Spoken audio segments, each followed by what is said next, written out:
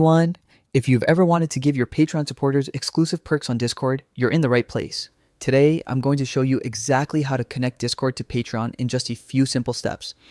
And yes, it's easier than you think. First, open your Chrome browser and log into your Patreon account. Once you're in, head over to your account settings.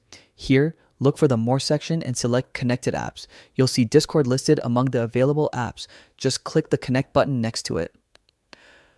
A prompt will pop up asking for authorization. All you need to do is hit authorize.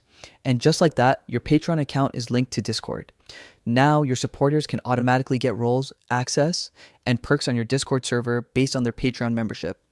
It's seamless, fast, and a great way to reward your community. And there you have it.